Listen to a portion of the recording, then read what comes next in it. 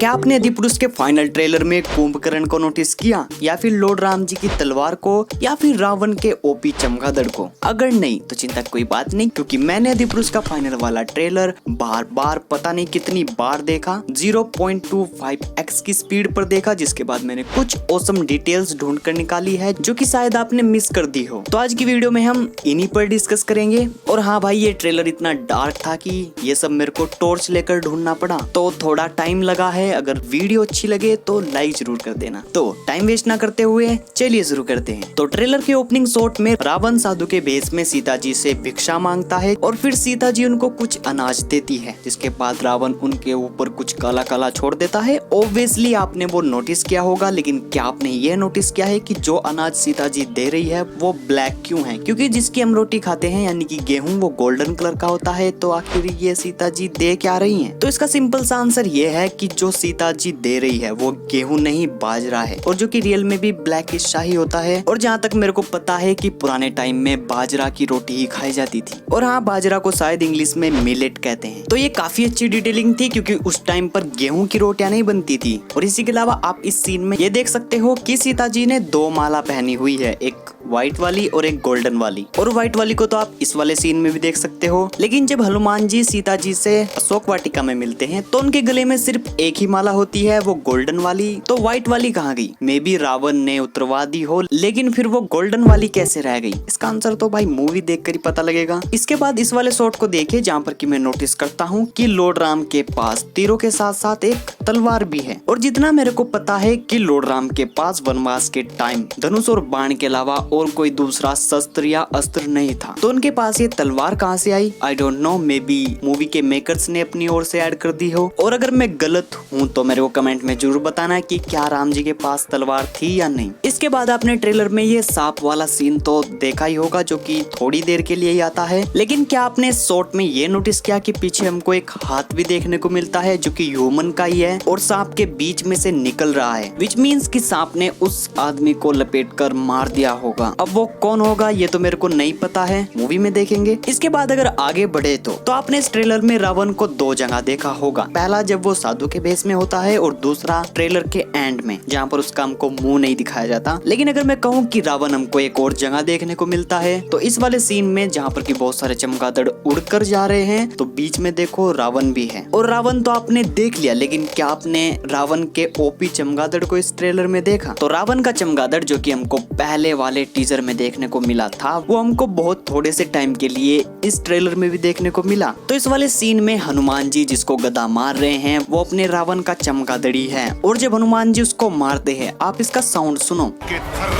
Ton जैसी आवाज आती है, जैसे मेटल पर मारा हो। अब पता नहीं ये चमगादड़ किस चमड़ी का बना हुआ है, और इसको देखकर तो यही लग रहा है कि इसमें कोई बड़े चेंजेस नहीं किए हैं, सेम ही है जैसा हमको पहले वाले टीजर में देखने को मिला था। पर खैर, इससे पहले कि आप ऑफेंड हो जाए, अगली डिटेल पर चलते हैं। तो इस वाले सीन में जहाँ पर कि दो वानर लड़ रहे हैं, पहले तो मेरे को लगा कि इसने इसको गले से पकड़ा है, लेकिन जब मैंने इसको रोक कर और फ्रेम बाय फ्रेम देखा तो मेरे को पता लगा कि उसने उसको गले से नहीं, मुंह के अंदर से पकड़ा हुआ है। आई डोंट नो ये डिटेल यूजफुल थी या नहीं, मेरे को नोटिस हुआ, मैंने बता दिया। और इसके बाद आते हैं कुंभकर्ण पर। तो ट्रेलर के एक सीन में हमको कुंभकर्ण को दिखाया जाता है, जो कि अगेन बहुत थोड़े समय के लिए ही था। तो इस वाले सीन में आप क्लियरली देख सकते हो कि ये कुंभकर्ण है, क्योंकि उसके सामने जो दूसरा बंदा खड़ा हुआ है वो बहुत छोटा है। और क्योंकि कुंभकर्ण विशालकाय होता है, तो ये तो कंफर्म ही हो गया कि ये कुंभकर्ण ही है। लेकिन इसके सामने जो बंदा खड़ा हुआ है, उस पर जब वो वार करता है तो वो वहाँ से किसी तरह की शक्ति का यूज करके निकल जाता है। और क्योंकि उसका मुंह उस तरफ है, तो पता भी नहीं चल रहा कि ये है कौन। और इसके पास शक्तियां भी हैं जिसका यूज इसने यहाँ पर किया है। और इन सब के बाद बात करते हैं रावण के न्यू लुक पर। तो इस ट्रेलर में रावण का न्यू लुक हमको नहीं दिखाया गया है क्लियरली, लेकिन जो फुटेज हमको इस ट्रेलर में देखने को मिली है, अगर उनको हम देखें तो उनको देखकर यही लग रहा है कोई नया लुक नहीं है, वही सेम है, कुछ ज्यादा इम्प्रूवमेंट नहीं हुई है, सब कुछ सेम ही तो है। तो ये कोई बहुत बड़ी बात नहीं होगी कि आपको रावण का लुक सेम टू सेम देखने को मिले। इसके बाद हमको इस ट्रेलर में एक डायलॉग सुनने को मिलता है, ये वाला,